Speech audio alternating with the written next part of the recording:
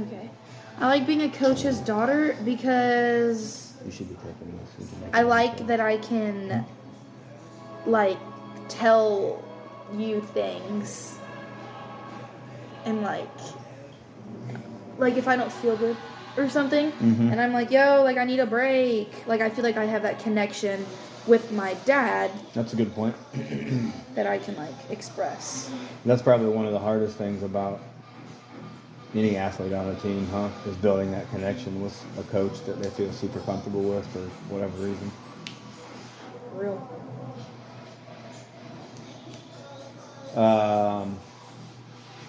Second question.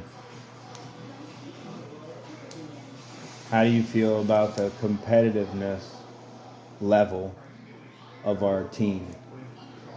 Like not just like a summary of like how competitive you think we are right now, but like in general, like if you include opportunity, like what we could be, we got the ingredients, like just in general, how do you feel about our team and its chances to be successful with regard to like winning? I think we have a lot of potential. I think we still have that little kind of rec league mindset, just like, especially in the fall, where it's kind of like, oh yeah, we can miss this and it doesn't really matter. So I think like the mindset needs to change a little bit. Yeah, but didn't we all agree that the mindset would be okay if it was like that? I'm not taking anything away from what you're saying. I want to make sure that as we move forward as a group, everybody can understand that like the fall part of the season is not that we're not trying to win, but we've got more of a focus on being developmental, right? Mm-hmm. So losses, we don't necessarily give a shit about because we're trying to extract as much as we can, just in the context of trying to get better. But the summer season is like drop the hammer, you know what I mean? Mm-hmm. Die hard, commit. So I feel like we can't judge that yet because we haven't been through a summer season as Blaze. But I feel like you players need to know, and we'll talk about it more in our group setting. But there's going to be some things that are okay and acceptable during the fall season that won't be acceptable in the summer season. So, attendance is going to be one of those things. If you're the best player on the team and your attendance is 60%, you're probably only going to have 60% of available innings, right? Mm-hmm. And we'll be able to do some things that'll put it on paper to make it somewhat easy and fair and readable. I also want to like kind of recruit people that are experienced in that fashion. Yep. Like people, like that Round Rock team that I was really interested in. Yep. I like some of those diehard softball people. We have some of those on our team now, right? Yeah. And I know that you're one of those girls that can be a diehard softball girl during the season. Like you've got the ability to turn it up or down and whatever sports season you're playing. But we've got a couple like bona fide, full-blood softball girls now. So my expectation is going to go up as well. And you guys are going to see a totally different program in the summer because we're going to have a lot tighter parameters. I think that's something that will be a nice, refreshing surprise to some of you who may feel like the structure was a hair looser than it should have been. It was just by design. But those things won't exist during the summer season. Next question. Goofy question. Goofy. What in that mindset do you enjoy about our team, our practice, our coaching, the structure, the expectation? Goofy wise? Yeah, like being able to be goofy is still something that has to happen for girls, right? And certainly young athletes, but for girls as well. Mm-hmm. I feel like we've done a really good job of allowing that to happen, but in an environment where it's, it doesn't run on too long. I think personally I like that, like, our team really expresses that we're all just like people and that we're all girls, and like we have that kind of bond where it's not like, oh yeah, they were talking behind each other's back. Like we have a good family type of environment. Like a genuine, authentic bond. I sense that too. Pretty crazy, actually. I like that nobody is like too good for each other, and it's just like that kind of girlhood type thing where it's like I can say, dude, I'm having the worst cramps right now, and no one's gonna judge me. Like it's more like, oh yeah, dude, me too. Like I go through that as well. You know. Yeah. How Family. how much of the team environment do you feel like is a result of like how us coaches coach? Because you've been on multiple teams with multiple coaches in different environments, and I think you're pretty happy with what we've got with the Blaze organization now. How much of that do you feel? Like y'all influenced? Yeah, is a result specifically of us four coaches, me, Well, I Sean, think because of y'all, Kurt, and you made Will. it better. Like, because we've heard multiple, like, reports back that you're making girls feel comfortable, people are enjoying themselves on the team. So I think that, like, knowing that we have coaches that care, but are also just how we're girls, they're just dads. So it's like, because, like, if I go help a team, sometimes it's like, ooh, I don't know how these people act. I don't know if they're strict. I don't know if they're not. But, like, we are able to be talented and be effective and win games while just kind of being a family. Yeah, you guys have matured a lot. Speaking of maturity, everyone on the team handles ass chewings really well. And I think that has a lot to do with like how kids are raised, right? Yeah. Like at home, if you're, held to a high standard of accountability with regard to being respectful and how you communicate and all those things and engage, I think it helps an athlete and translates to an athlete becoming a stronger and more mentally tough person because like here's the funny part of the question, and I'm going to ask all the girls on the team these same questions that I've asked you. I'll narrate and cut this stuff out. But like, tell us if you were talking to an audience of people who were, very interested in you and your teammates and us as a coaching staff and us as a Blaze organization, what would you tell them is the easiest part and the hardest part about taking ass chewings from your head coach who's also your dad? Like when you're on the field, I'm not talking about at home, like you didn't do your homework or something. Like when you take an ass chewing, just like another girl does for her mess ups, like I think a lot of people would want to know. We could have a podcast talking about this, actually. I bet there's a lot of people that do really honestly want to know, like how you work through that mentally. Because you see me cry. Well, yeah, but tears, right? Tears have a lot of different definitions, and I don't despise tears. I despise tears of immaturity. I don't despise tears of passion or tears of quick frustration. Like, everyone can express their emotions different, right? Yeah. So how are you able to handle ass chewings from me as your dad and head coach? Like, and not let it make us have a messed up relationship?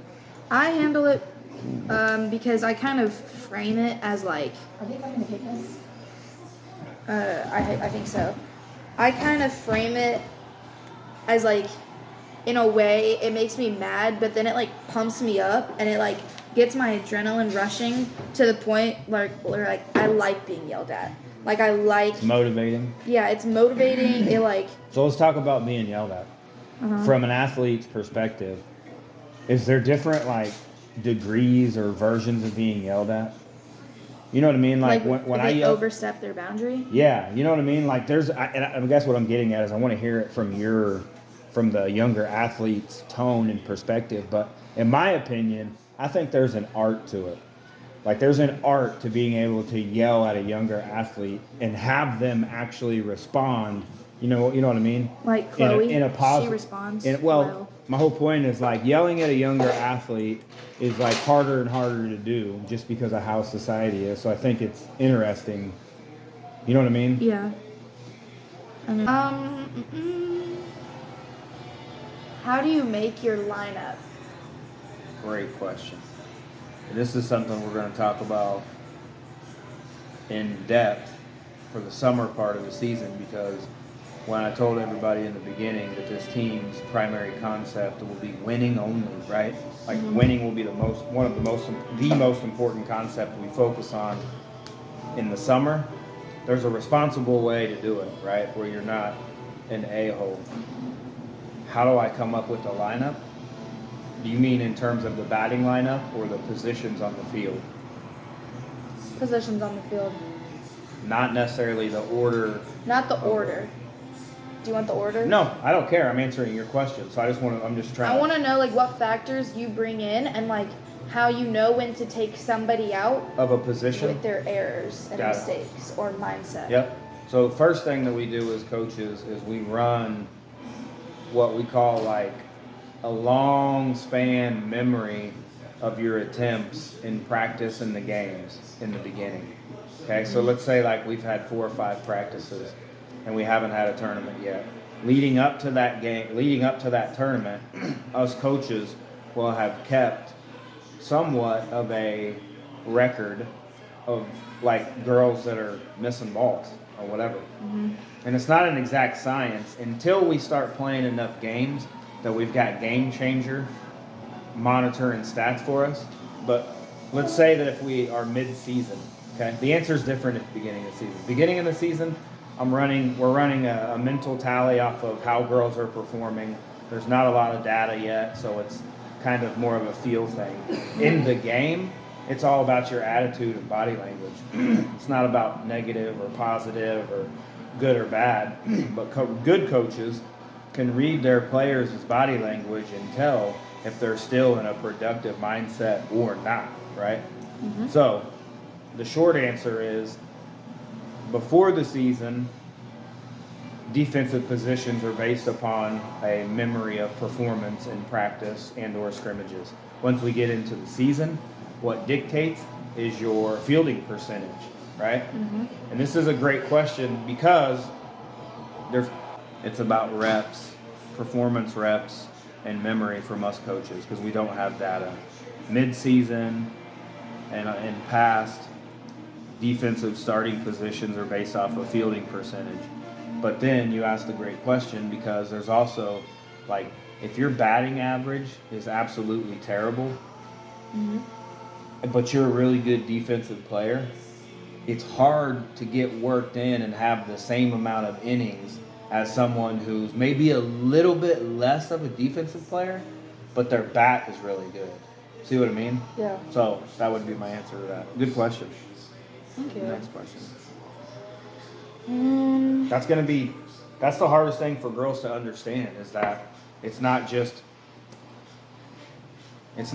one thing. And if we're just specifically looking to try and win a ball game, and I don't have to worry about feelings, or any of those other things, the numbers for the most part don't lie. number don't lie. Yeah. Next question. As a coach's daughter, that's a good question. I like that. Thank you. As a coach's, Your first one was how do you establish the lineup? You want to know how we establish the batting order? sure. Do you do the 4 is the person who's supposed to hit them all around? 5 is this. Yeah, for general concept, yes. When you go 1, 2, 3, 4. The other thing we have to do is take into consideration that, who's in a slump, who's not. Because we all know you can hit the ball. Real. Second thing is you got to be a little bit strategic with your speed, right? Hey, I'm not trying to make fun of anybody, but I really don't want to get, 2 or 3 slow girls, right, in a row. Yeah. In the batting lineup just for the fact that for me, I'm a little bit more of an aggressive coach with regard to stealing and doing things like that. So I like to try to, even out the speeds a little bit, right? That may be a philosophy that works for some, but So I you use like moving speed around in case we get into a situation? Yep. And then how about like, you got any structure for like 7, 8, 9, 10? So you try to kind of do the same thing again, right? So like for number 1, we like someone who is got a super high on base percentage. On base percentage factors in things like getting hit and getting walked, right? So you can get on base. Like you could not ever have hit the ball and technically have gotten on base, right? Yeah. A bunch. Because you either got walked or let's say you got hit. So your on base percentage is kind of like this global number that says, you know, how successful is this individual at getting on base? So, number one, right, in the one spot, you want someone who's got a high on base percentage and has some speed, or they're really good bunters, right? Yeah. Bunt a lot. Catch the defense on their heels, still getting ready, whatever. Create chaos on the first pitch with a bunt, blah, blah, blah, blah. As far as number two goes, it's kind of the same version as number one, but you would expect maybe some different, better's not the right word, but you would expect some better or different hitting styles, right? Yeah. Maybe someone who can slap or someone who can hit line drives. Doesn't have to be a power hitter, but somebody who's got fast hands, somebody who's smart, right? Can go deep into a count if they need to. Mm-hmm. And then as far as like a 3 and 4 hole hitter, we're looking for girls that have high batting averages. I don't necessarily care about the on base percentage, and then I don't get super technical, you know, like heavily reviewing the stats. But you want a girl who's got a big high slugging percentage and batting average, because you can drive the girls that are on base around. That's the simplest way to explain it. So when you get through the number 4 spot, you really just try to flip that over again. And as bad as this sounds, I don't want to make it sound like this. Go with the others? Yeah, you just try to do that again with like what's left on the roster. Yeah. Good question. One more, I gotta think of one more good one. You should ask some questions about arguments, structure, decision making. Okay. Do you make the final say in every decision? Oh, good question. Because you're head coach, are you like the final say for the decisions? Any. Even if it's not your factor of softball. Right, like let's say Like just pitching. something as simple as picking the flavor of the Gatorade. Yes. So we've all agreed as coaches that majority vote will rule. Okay? Uh-huh. Okay. So hold on, there's a couple layers to this. That's what our agreement is. And beyond a shadow of a doubt, if shit hit the fan, we would come back to that foundational agreement that majority vote would win. I will tell you that the specific reason I personally am as invested into this coaching staff and this team is because that's our first business order, right? Yeah. Majority vote wins. But the reason I love these guys so much is because they would give me the respect, because I'm the head coach, even though we already made that covenant. These guys would give me the respect that, like, if I felt some kind of way about something, then they would be like, you know what, you're the head coach, do it. Unless I doubt we would ever run into an issue where two of us coaches were so oppositely passionate about something. Yeah. Nobody's got that kind of mindset or behavior. And we all know each other really well by now, so I know what the expectations of the other coaches are and vice versa. So to answer your question, I would say that I have a bigger vote because we've agreed to that. It's not because I have a big head or I'm power hungry or any of those things. Mm-hmm. But the decisions are made majority vote. So, and we'll get into this in the second half when we're talking about it, but one of the girls on the team, you know, was being probably serious and sarcastic, but one of her reviews for me on the bad side was that during tournaments, I don't always put people where they should be put. And she referenced just regular defensive positions, but then she said pitcher, like mainly pitchers, right? Yeah. So here's what I would say to that.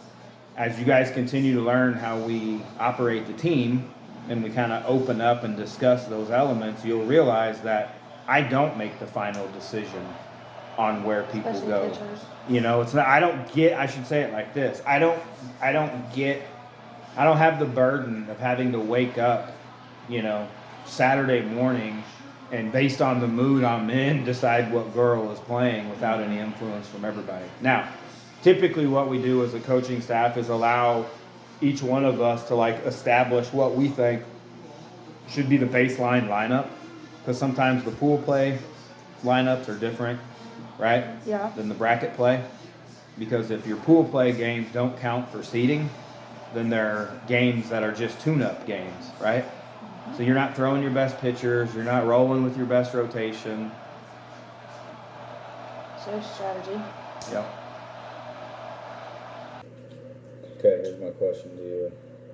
You want like long responses, like thorough, or like kind of what I just think? Yeah, just nothing. Because I don't know if I like have deep, like. Yeah, it doesn't have to be all crazy. I'm just a girl. What is something that inspires you the most with regard to softball? What inspires you in general as an athlete? Other people your age may even have this question, right? Just like as an Eliana question. But like, what motivates you? What inspires you? Okay, I got two answers. I'd say one of my answers, selfishly, is like seeing other people like make their dreams come true and like work on themselves a lot to the point where like they could potentially start getting better than me. Then it's like that where the competition comes in. Absolutely. And I'm like, okay, like I gotta need step to it keep up. going. Yep, that's a good point. That's one. I like it. It's like other people doing their thing makes me like, all right, keep going. You know what? One of my favorite sayings is competition breeds excellence. Never heard of that. Yes, you have. Don't remember it. Okay. But one specific person is Audrey Ferguson. Yep. And all of the like lessons and how her dad pushes her. And we were on FaceTime the other day. She was doing a workout in her driveway. I'm like, yeah, like that. Good job, Audrey. That's like that's a good friend and example and teammate to have. Yep. So she motivates me.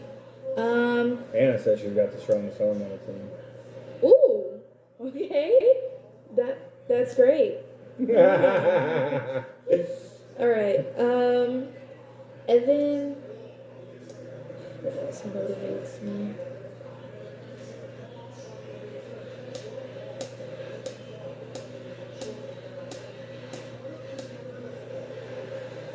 You motivate me, because like sometimes whenever you say something about softball and I'm like, man, I really don't want to be playing softball right now, like I'm tired, it's like I feel like if I wasn't the coach's daughter, then I could get away with not going. When I wasn't the coach's daughter, you know how we'd miss like multiple practices, like we were kind of just like lackadaisical in that manner.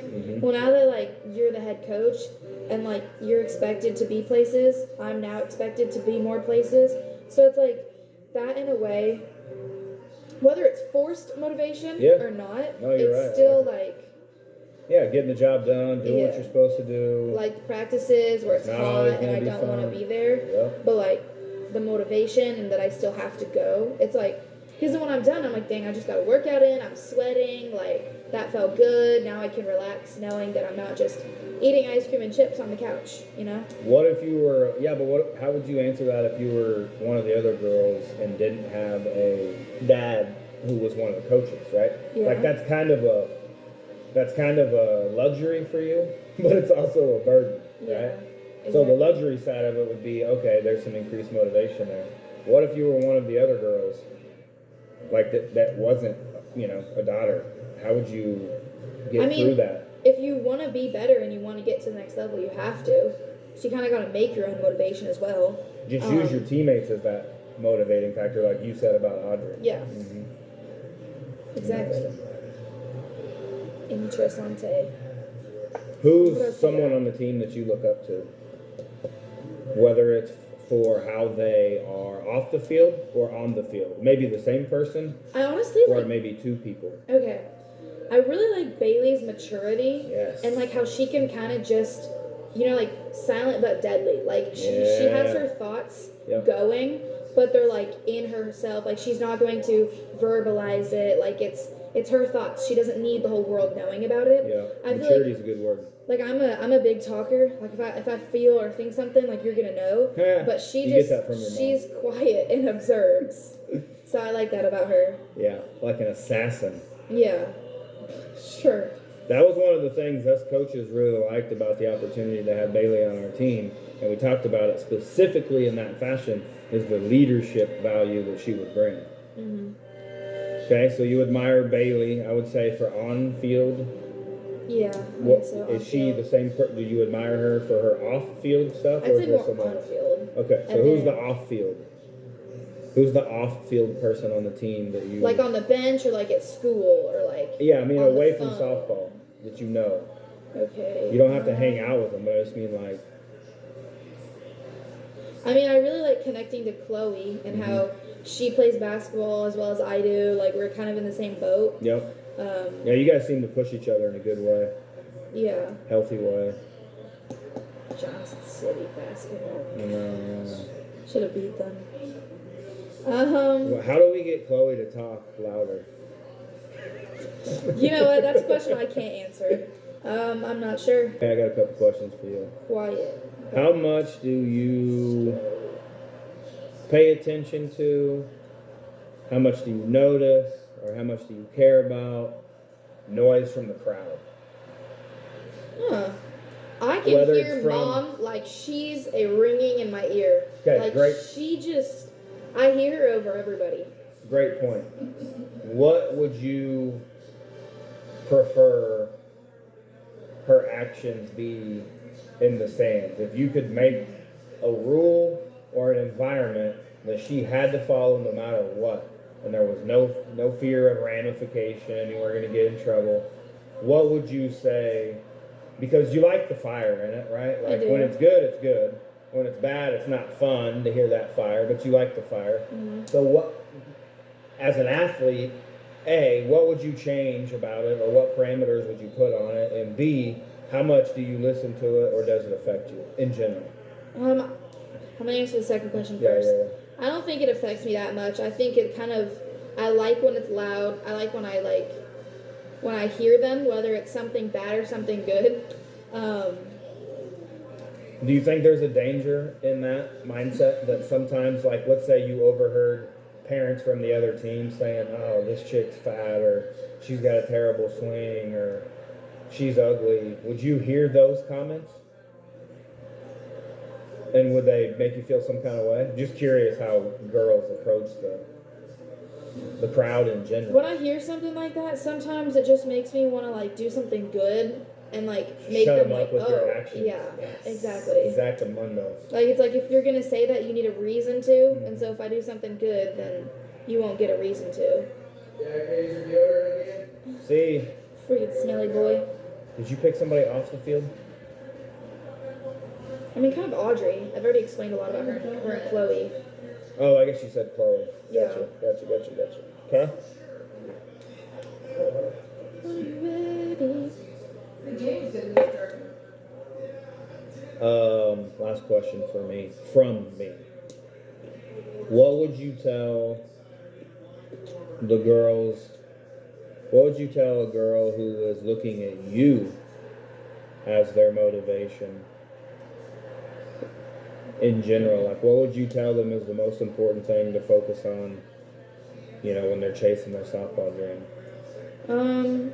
I think Or it's some of the most important things. Maybe there's not one, but maybe there's a few things. first of all, it's the putting one foot in front of the other, getting through it. Like once that bad play happens, and like just that specific game. Obviously, you don't want to dwell on it, but it's like speaking basketball terms. When I got into a free throw slump, it was like it stuck with me like the next game and then the next game, or like when I felt like I was overthrowing or couldn't get the ball to second on a throwdown, it was like the next time I said ball's in, then I start going, oh shoot, like I gotta get this ball to this target. And it's kind of just like you gotta get past that and you can't dwell on it, like easy advice like that. But it's honestly like I think every athlete goes through it and no one wants to talk about it, kind of like the PTSD of messing up or the fear of messing up in the future. Yeah. Performance anxiety. Yeah, so I think that's one of the biggest things. It's like, or like if you start losing love for a sport, and I'm 15, I'm not saying I've lost love for a sport, but it's like when you get annoyed because you have practice and it's 3 hours, or you get annoyed that you have another tournament, it's like at the end of the day, I mean, you're really blessed to be in that situation. So it's kind of just like, don't think of it more as being annoyed. Just try to think of the positives, and like, it's a sport that you enjoy and you've done it for a while. Yeah. block out whatever people are saying in the crowd. They don't. And like, oh, one thing that I've also had to learn, kind of the hard way, is that nobody cares as much as you do. So like, if I strike out, my mom might be on the phone and be like, "Dang it!" But it's like that's gonna go away in their brain in the next 30 seconds. Yeah. It's like, or when I overthrow it and they make it, it's like you just. Yes, that was a stupid mistake, but nobody cares is how embarrassed you are, you know? Yeah. All right, last question. How do you handle being Ellie? Or like being good? Like you know you're good. You have to know you're good. You're playing varsity as a freshman. You know, you've been doing things that others haven't been able to do for a long time. You're really mature with it. It's not off-putting. You don't have, you know, bad vibes and body language and spoiled, you know, brat syndrome. Mm-hmm. You're good in that capacity, but like, I'm just interested. Like, you know you're good, and you know you gotta practice, and you know you're good, so like, it keeps you motivated, and you want to play sports, like, and you don't want to stop, right? Because it'd be like wasted talent, like, because some people, you know, for the most, I would say most athletes are B. Like if we're measuring athletes in terms of like A, B, and C, I would say the majority of athletes are like upper B teamers, right? Low end A teamers. I would say without trying, you are a mid-level A teamer, and then when you try and apply yourself, you operate and produce at upper end A team. Like, how do you handle that in general? Is it something you recognize, or is it just another motion for you? It's kind of more natural, and I just treat it as like nothing big. Like when I made varsity, it didn't change my mind at all. It didn't make me think, oh my gosh, I'm so good, I'm on varsity. It was more as a kind of, I mean, I know it's my talent that made me be on those teams, but it's more of a blessing and an opportunity to show myself. But I just think of myself as any other freshman, you know, like the pride doesn't really overtake me because I get more nervous when I'm playing than prideful. But I mean, I know that I'm good at what I do when I want to be good at what I do. Do you think having two older brothers has helped you? Yes, I think it's helped me a lot just because motivation-wise and what like about toughness or strength or all these things that may be way above, you know, someone else your age, right? I'm gonna call it like your peer group. Do you think that you're do you think you're above the peer group average because somewhat of having two older brothers that have created that opportunity for you? I do think that because, you know, everyone talks about like, oh yeah, well, she grew up with like brothers, she knows how to, you know, make her way to things. Yeah. I do think that they have helped me a lot, especially like pain tolerance or just like toughness wise. Because like I know that if they get hit with a softball in the leg, they're not going to cry. Right. Which means like, oh, then I shouldn't cry. Yeah. So yeah, I do think that having older brothers, I really do like having older brothers. Last question, who's the best athlete in the family and why? Me, because There was zero hesitation. No, yeah, it's me. Because I think that I just keep going with my sports and I ain't stopping them. And keeping me overall active with those three sports is better than lowering it down to one.